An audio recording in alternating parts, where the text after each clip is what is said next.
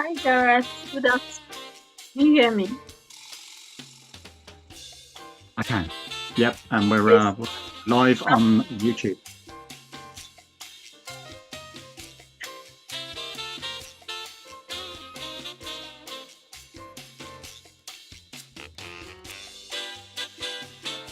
We've got a couple of minutes to go. So good time to grab your teas, your coffees, your waters, coming up to the hour. For the last session this year.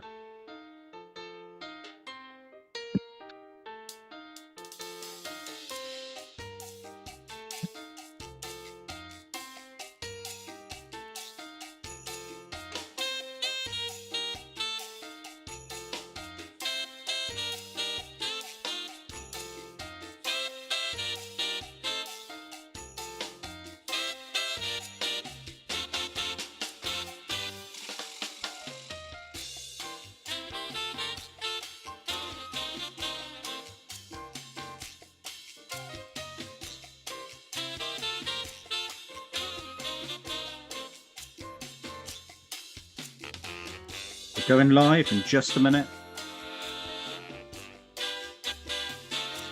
So feel free to grab a drink, get yourselves ready, settle down, and we'll start the session in just a few minutes' time.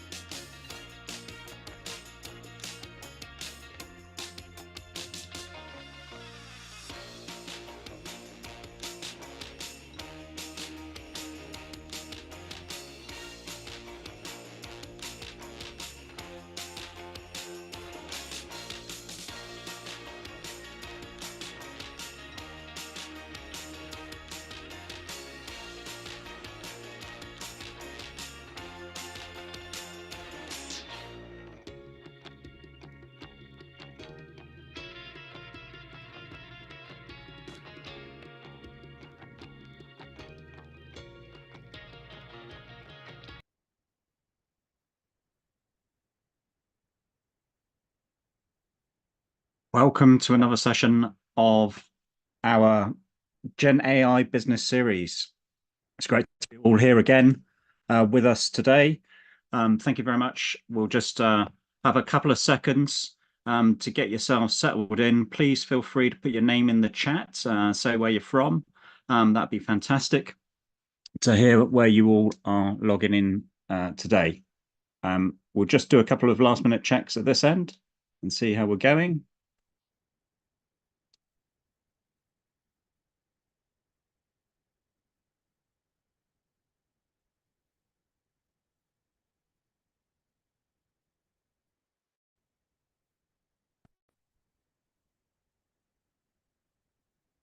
Hey, so let's just switch our systems on. It's good to see you all again.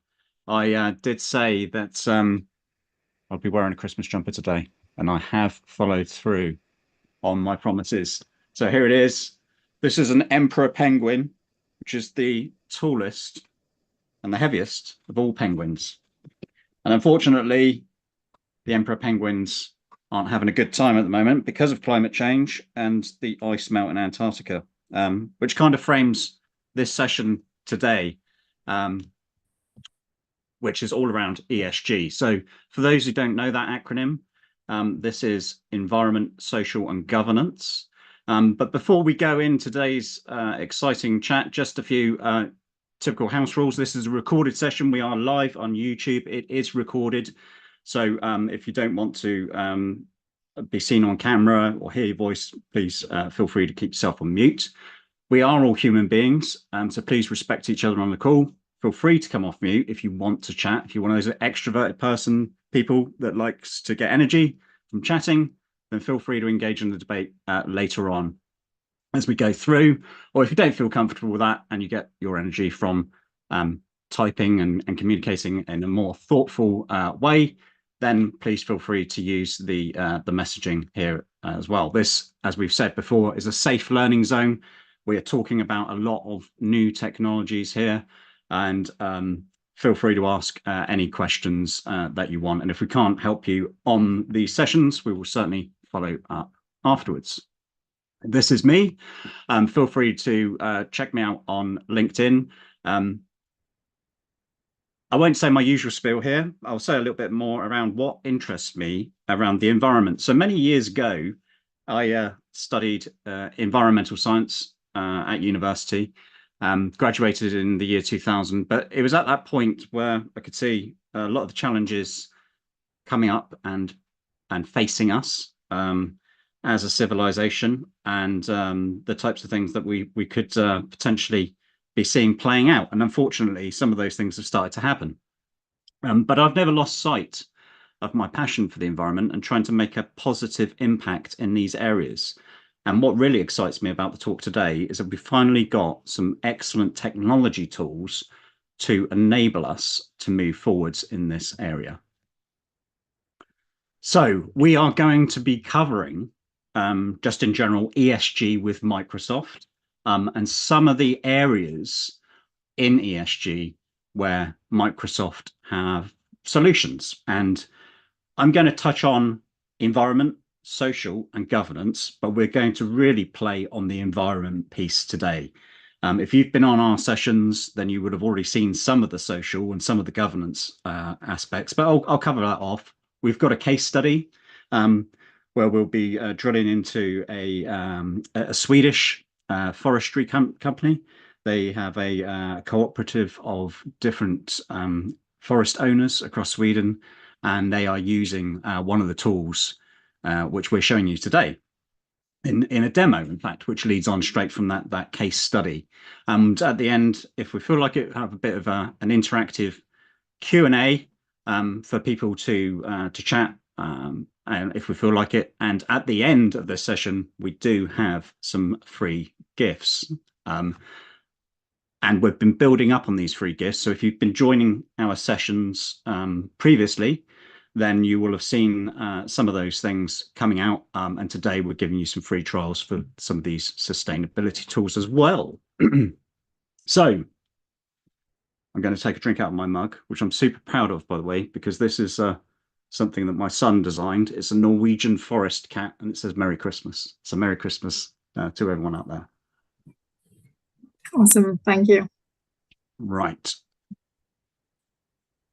Let's crack on and go through to our next slide. Now, why? Other than saving the penguins, of course, which is good enough, but there are lots of other reasons. So regulatory requirements. Now, globally, countries are at varying different levels, but there has been UN commitments to make a positive impact under 17 UN sustainable goals. That has translated into legislative frameworks of different types and shapes. And just to call out a few here. So we've got the US Securities and Exchange Commission that mandating disclosures related to climate risk, human capital, cybersecurity. Got the Corporate Sustainability Reporting Directive, which comes in for companies, I think it's above 200 in size in Europe. Carbon reduction commitments, things which are not necessarily compliance-based, but aspirational-based in terms of wanting to do positive things, positive impacts for the environment. So B Corp accreditation, which is an international accreditation. So we've used that actually with one of the tools as we've progressed ourselves towards B Corp. But more wider than that as well, thinking about risk management and compliance. So if you're in a manufacturing industry, then you are going to have lots of environmental potential impacts. the way that you mitigate risk around the handling of chemicals, all sorts of things plays into this area. There is a general trend amongst investors, and there's some really good statistics out there, which if you look on our microsite later, you'll see some of these.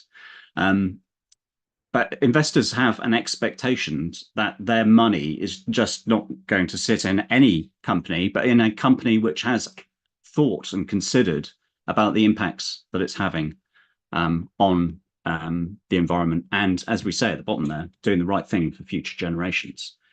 There's a lot of greenwashing out there at the moment. People are wising up to this, not just from a consumer basis, but there's some compliance pieces as well to make sure that people are actually approaching things in a measured way, that we can actually monitor and evaluate whether things are having a positive impact.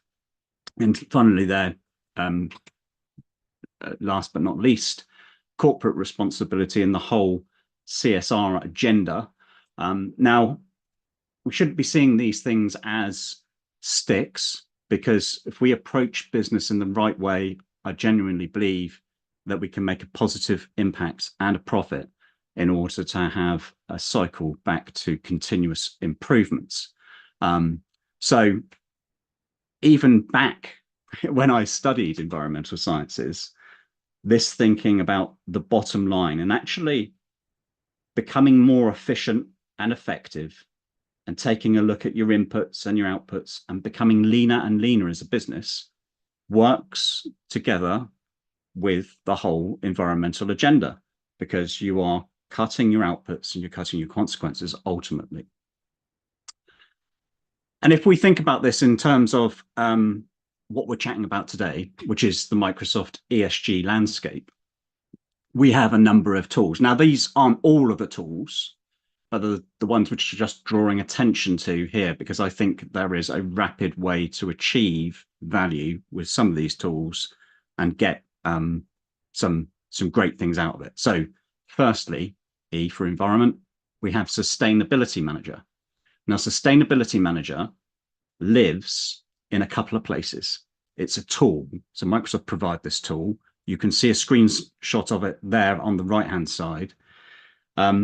It's got a small to medium business tool, and then a larger business tool. So certainly if you are one of those organizations where you're having to do CSRD reporting and all of your scope 1, 2, and 3 emissions, then the Sustainability Manager that you see over there on the right-hand side is certainly going to be very useful for you.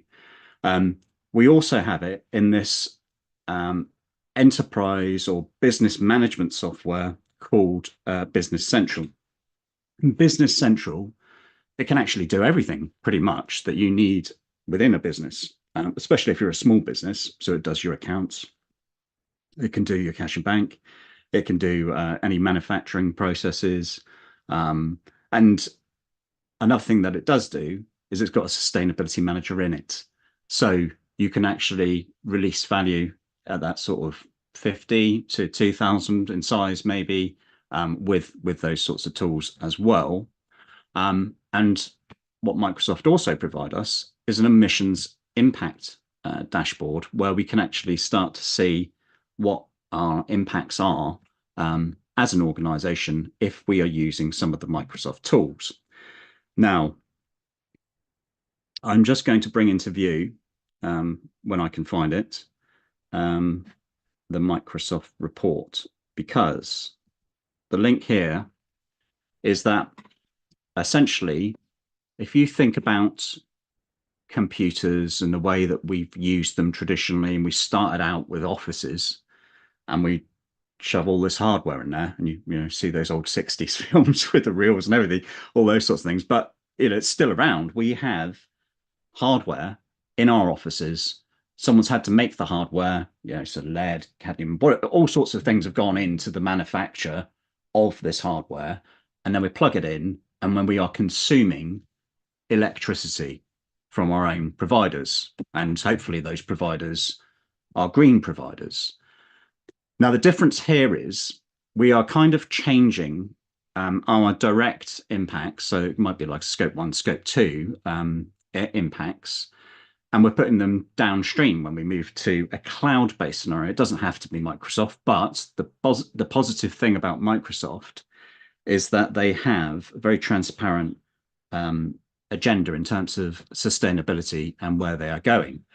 And this is their 2024 report. So hopefully you can all see that. But if I could get a thumbs up, that would be great. Unfortunately, I'm not able to see any content being shared, so I just pinged on the chat. Okie dokie. Well, thank you very much. Let me bring that into view, and hopefully now you can see it. And if you want to read, if you didn't see what I was just talking about, this is what I was just talking about. So you didn't miss much there, and I've literally just gone over to this environmental sustainability report from Microsoft, and the transparency is here, so you can see, and you can go online and grab a copy of this and see everything that they've got in here and how they are actually doing. But what they are tracking against is things becoming like water positive by 2030, so that they're actually having a net input back into the water which they take out of the systems, maybe for cooling data centers, all sorts of reasons. And they also want to get rid of all the carbon emissions which they've ever created since their existence, essentially, and get to a neutrality situation. So one of the benefits of moving to Microsoft Cloud is that you essentially follow their sustainability path and all of their metrics and their goals as you're going through this. So that's a big positive thing. Now, if we cut back to our slide deck, and we just go to the next slide, just to call out some of the other tools here. Sorry to interrupt, but I don't think none of us are able to see any content being shared. Like Zana has also mentioned the same on the chat. Yes, You're not seeing any of the screens there? No. No. Are you sharing the screen? Okay. Okay, now you're sharing it's the visible. screen. Yeah. Okay, thank you, folks. I appreciate the engagement. Hopefully, let's just take a couple of steps back. So in terms of the report, this is Microsoft's sustainability report. So we've just quickly gone over that, but feel free to take a look at it. We can send the links out to you afterwards. But this is what you are essentially on the back of in terms of Microsoft's journey, in terms of the reduction across all of these metrics. And then we're cutting, thank you, just to check again that you can see the window now. Yes, all good now. Yeah. Perfect, thank you. We're into the social space. So think about this, ESG, we're on the S. And here we have a number of different modern workforce tools. We won't go into this in depth on this call. We've called them out on previous sessions, but things like Amplify, where you are engaging through internal communication channels, maybe as part of a leadership voice or strategies for communicating with your workforce. This can be built into experiences, which can be personalized, which things like connections to build your own employee dashboards, communication sites, those sorts of things. Whilst we're able to support this whole social journey with underpinning tools like Teams, Loop, and also engage with the workforce through pulse surveys, feedback surveys, which can be managed through Pulse and Glint. Now, in terms of that social element as well, we have the insights, which we mentioned before, across all of the workforce, and we can see how people are engaging with this content and monitor and evaluate it. And we're talking about monitoring and evaluation from a governance perspective, although this does link in here as well. One very good tool for that is Viva Goals. And I mentioned there that we had, I usually turn my Alexa off if you heard my Alexa, but being Christmas, I'm expecting certain things to be delivered today. So apologies if you heard that. Viva Goals enables you to have all of your strategic goals and ripple them down into individual level objectives. So this is really strong from a governance perspective. And I mentioned that you could use this earlier for B Corps. B Corps have a similar structure of evaluation and performance across a business and how you are making improvements in certain areas, and you can bring all that into goals, and goals will prompt you and ask for check-ins and progress and everything else. And if we go into that governance piece, so I've mentioned it here again, mentioned it with insights, but we shouldn't lose sight that when it comes to governance, we're not just thinking about board reporting, the structure of an organization, and what good looks like from an administrative point of view, but also what good looks like from a cybersecurity point of view. And there are many tools in the toolbox that Microsoft have to have a strong cybersecurity proposition and to defend against cyber attacks and all of those sorts of things. So that is where we are. We won't drill into cybersecurity. We'll leave that for a little bit of a later time. But what I'm going to do now quickly is show you a quick case study from this Swedish company called Sodra. And we've got a short video here which outlines how they are using the sustainability manager, and fingers crossed we get this through.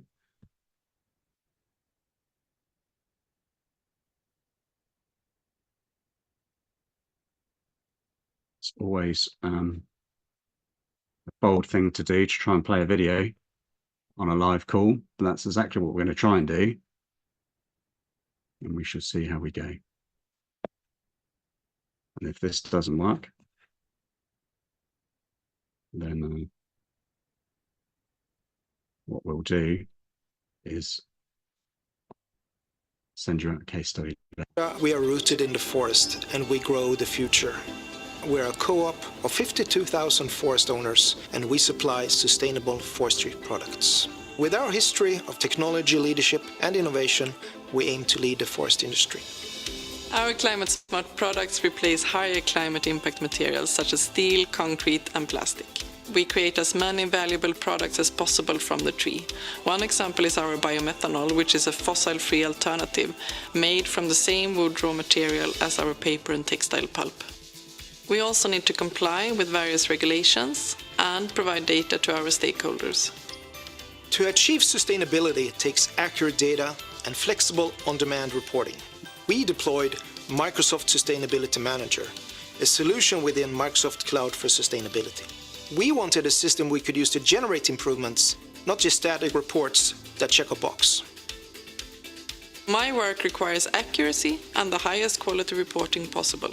I do need a faster, more accurate alternative to analyzing the spreadsheets we've built up over many years. I use Microsoft Sustainability Manager to collect and analyze our sustainability data much faster than before.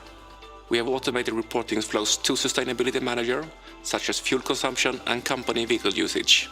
Soon, we will automate reporting for raw materials and products delivered to and from our sawmills and pulp mills. This way, we are unlocking sustainability insights from multiple systems. My team and I can now focus on analyzing data instead of only collecting it. That means more time for advancing our sustainability goals and also sharing data with others working on decreasing our emissions. Everyone has a role to play in improving sustainability.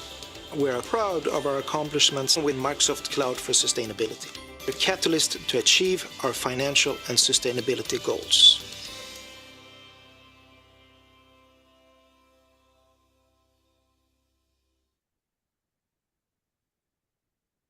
Thank you very much for watching that.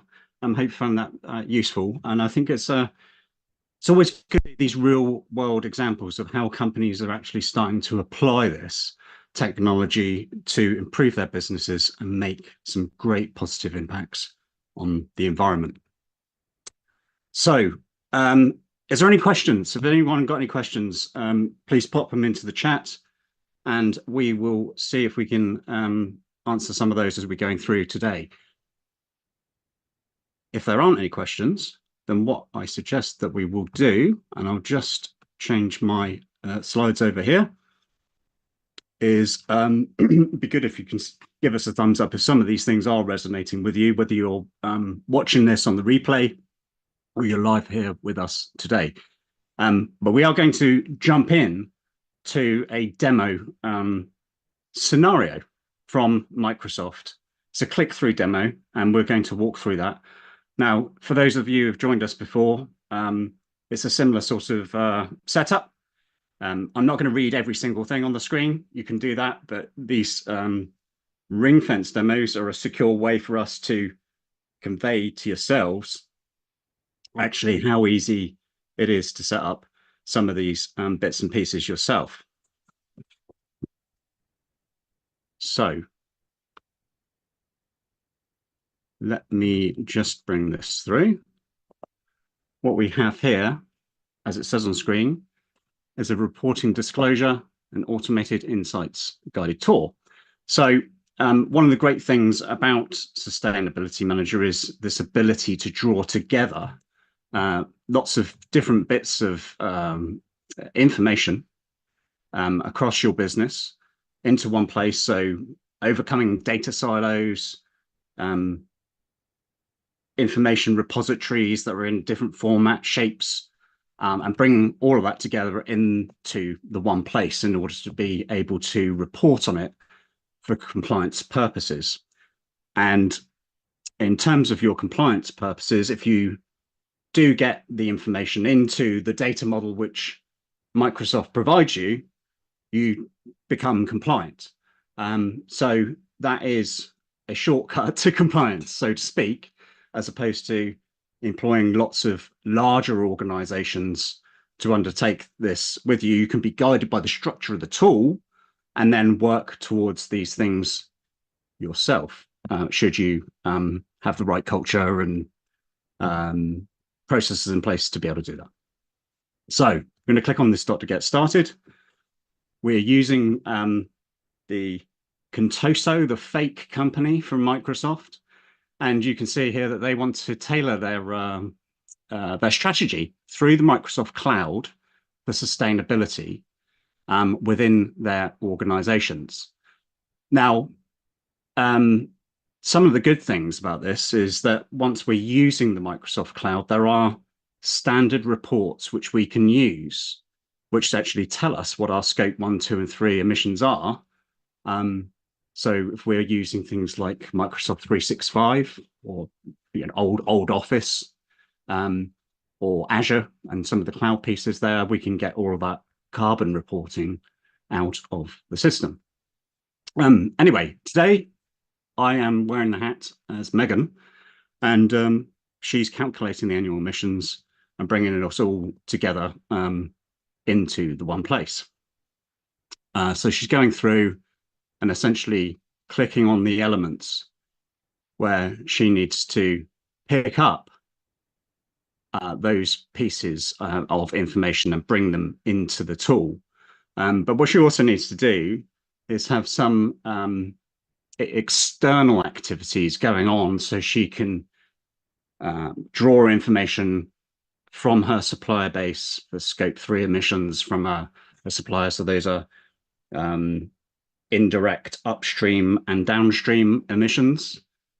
So this could be employees, suppliers, those types of things.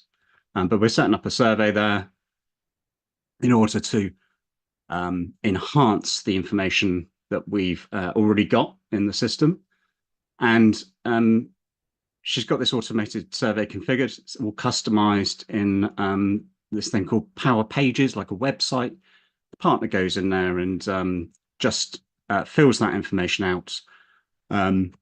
We're able to notify people about it using templates and bring that into the one place and approve it as we're going through. So sort of a stage of, okay, it comes in, we approve it, we're checking it over and bringing it all together. Now, we're transforming this into a standardized way of handling the data, which doesn't sound very exciting, but it's really important. So whenever, it doesn't matter what it is, but if you've seen this in organizations, no doubt, where people are talking about numbers of, X, and then I talk to another department and they think they've got the department numbers for X, but they've counted it in a different way. And it's usually around definition. And to cut a long story short, one of the benefits of having these standardized schemas is everyone should be talking the same language, essentially, in the way that definitions are provided around data and the structure of the information. And that in itself can take a bit of time. So here we've got an accelerator, essentially, to do that using these standardized models from Microsoft. And we're taking the data in, transforming it into what we need it to be.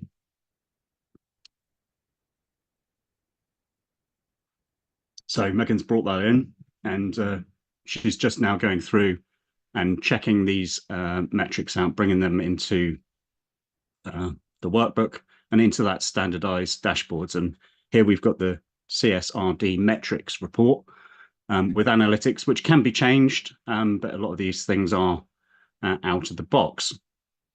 Now, this wouldn't be a GenAI session if we weren't talking about AI at some point in the play. And the good thing about this is that we can now use AI over the top of the data that we've got in order to drive insights. And again, we're talking about sustainability here, but the AI tooling is there for us to analyze all sorts of data. So this is really good. And in terms of those data analysis teams, it can really help them accelerate and really push out some strategic thinking and questioning to the appropriate leaders to make decisions.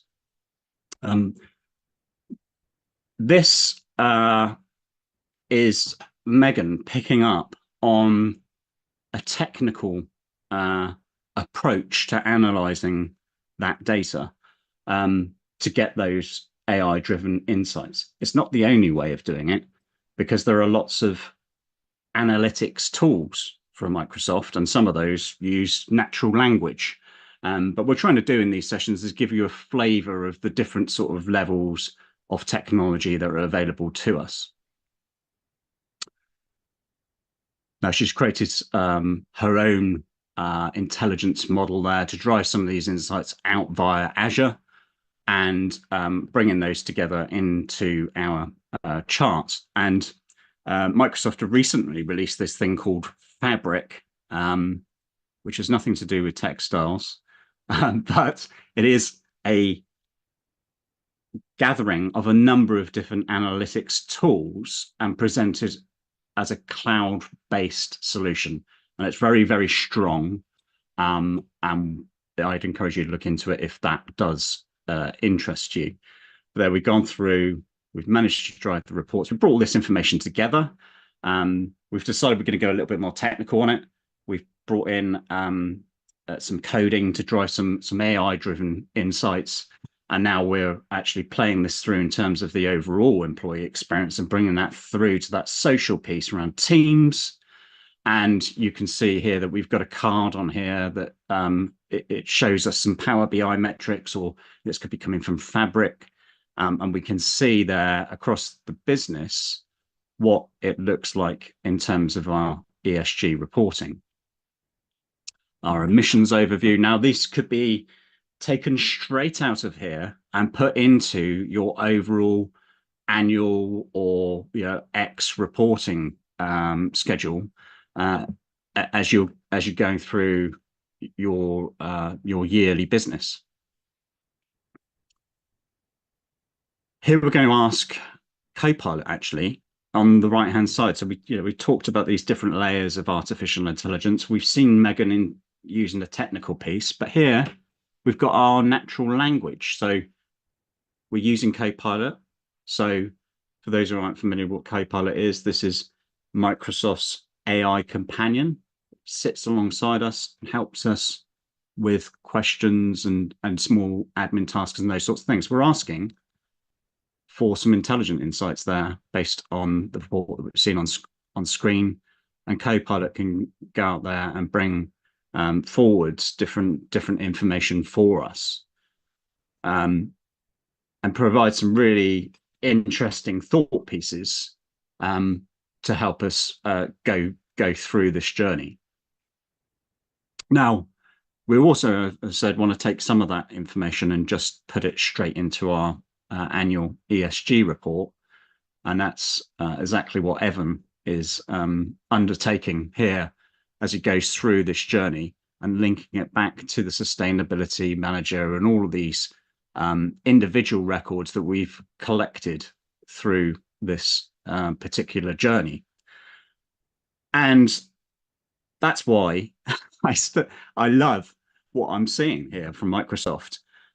There is a whole website on this, which if I bring this into view, you can take a look at in your own time. Microsoft Sustainability Manager. This talks about more success stories from other clients that have implemented this, how they're using it. You can take your own guided tours here as well. And there are a number of different resources which enable you to get started. Those dashboards and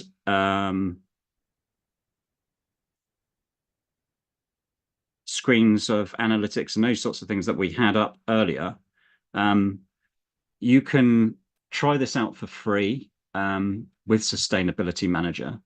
There are also a couple of impact dashboards which you can use. So, and don't worry if you miss all this, there are links at the end for you to reach out and contact us and to drill into these things if you want to. But with the impact dashboard, that doesn't require Sustainability Manager, but it's just a dashboard which layers over your Microsoft Azure, so your cloud-based stuff, or Microsoft 365, so your Microsoft Office-based stuff, your Teams, your Word, Excel, etc. And you can bring those together in a really useful way this week if you wanted to, although it's probably a bit tight up to the holiday season. But yeah, super simple to set up and get some intelligence coming out of your IT systems, which can help you with things like carbon reporting. And if you don't know where you're going, well, at least it gives you a benchmark to go by to see what you're using at the moment. So then you can try and make improvements as you move forwards. Hopefully, some of that's been resonating with you. Apologies there for the screen sharing, and you didn't see that at the start. But hopefully you've got the essence of what tools are available to us at a high level from Microsoft in order for us to progress the ESG agendas in our own organizations. Are there any questions on the call? Is there anyone want to make any observations, just general chat? Yeah. So first of all, thanks so much, Gareth. I think it was nice to get an outlook of this, because taking time out to see what Microsoft is up to, what they're introducing is not really easy. So I am an ERP consultant, mostly focused on the supply chain area for Dynamics D365 FNSEM. And we try to take this topic to our client, but I was not fully sure as to how I could integrate these tools to the ERP system, as to how I could take data from my system, the current live ERP platform, and use that data to help them generate reports, assess their data, and kind of then give them some guidelines as to what steps they should take to improve. So any idea if Microsoft is helping with this kind of integration with maybe this sustainability platform to the ERP to at least extract the data? Like, let's say my client is into manufacturing, so they have a lot of scrap components. How do they deal with that scrap? How do they dispose it of? And even when it comes to procurement, they have vendors across. So can we help them improve their procurement ways to, and the other topic I can think of is shipping related. So I think all these contribute to carbon emissions, and yeah, so Yeah, they do. And this very closely links to supply chain management and those areas of that Dynamics ERP system, which you discussed. And there are, it could be SAP, it could be Oracle, it could be any of them. yeah. But ultimately, enterprise resource planning and having strong foundations around that is critical to getting the right results out of this. Because, okay, we can move hardware to the cloud, and that's quite simple. But actually, in terms of our business activities, and if we're a supply chain business, then it's very key to have good systems and structures set up within Dynamics for transportation, logistics, warehousing, every single part of the life cycle you could probably think about there. And then it depends on the carbon released from whether it's boating or the types of vehicles. McDonald's used biodiesel; they use their own vegetable oil as an example. So really it does lead into longer and larger conversations, because whilst this summarizes the high level stuff, when you start going through the business, and as I say, the ERP structure is a very good thing to do, because we're already thinking about engineering from a lean perspective and trying to make improvements to the business. That happens to be synonymous with actually making carbon reductions as well, and improvements across the business. As I said earlier, when you're concentrating on those principles, you usually find there's a correlation. So I think it doesn't take too much for us to think about, okay, well, what's the additional information that we can capture within the system in standard ways in order to measure the consequences and use standard algorithms that are out there in accounting principles, etc., in order to understand what that looks like. But it's going to be very different on a business by business basis, as you well know, in supply chain management. Although we've got the structures of these systems there, and we can use them flexibly to provide solutions across all businesses, there's certain nuances to each business and what they actually do and don't do. So okay, got it. Thank you. You're welcome. Great question, by the way. Thank you. Anything else? If there is anyone watching back on the replay, then feel free to comment on the video. Reach out to us if you do have any questions, observations. It would be good to hear them. Super.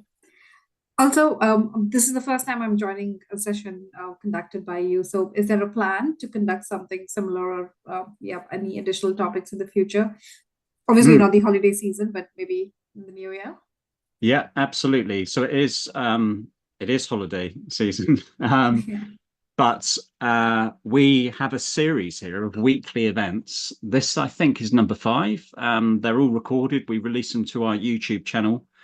We're not running on Christmas Day or New Year's Day, although I think our initial schedule, because these things are on a Wednesday, got caught up with that. But don't worry, I will be not working on those days. And I suggest that no one else does either. But we'll resume in the new year. We've got a number of different topics, and if you sign up to the events, you'll see all the topics. But essentially, we are covering 4 main areas here: artificial intelligence, people-centered solutions, cybersecurity, and ESG, and trying to help you along with practical tools and ways that you might be able to accelerate using some of these tools in your approach to business, really. Feel free to sign up on the links. We've been sharing this on every single call. I think it's a super useful repository of information for those that are trying to explore what benefits AI has to us as an organization. We can actually go through the different areas of the business and drill into that and see some really good examples from that. We do have a bonus library on there as well, that QR code, which takes you through to what we call the Lightrise Library of Interesting Things. It's a microsite. We've got some great content on there around ebooks, other things around sustainability, ESG, case studies, all of that's in there as well. And as an extra special thank you, we've put together some free user stories.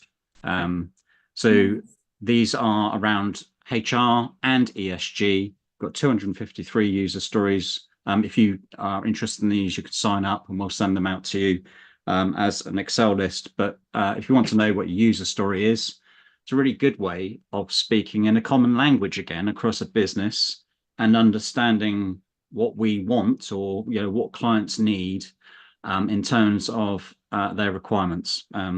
So we might say things like, as a sustainability manager, I want a dashboard where I can see my scope 1, 2, and 3 emissions. And those things can translate into really useful guides as you're going through the realization of value, understanding the user journeys through these, and what testing scenarios and everything else looks like as well.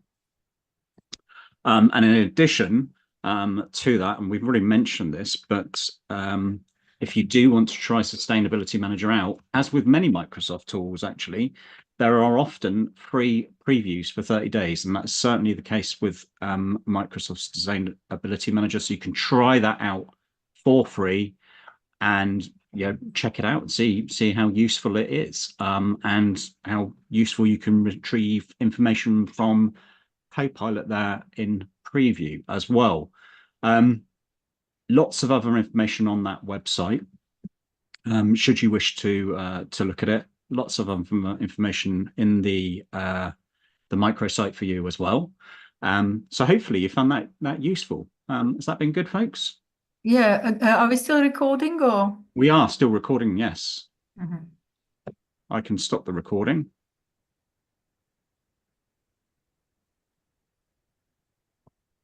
Or maybe I didn't start recording. I think maybe we didn't start the recording on this one, but I think it's been live on YouTube, so it would be. It happens.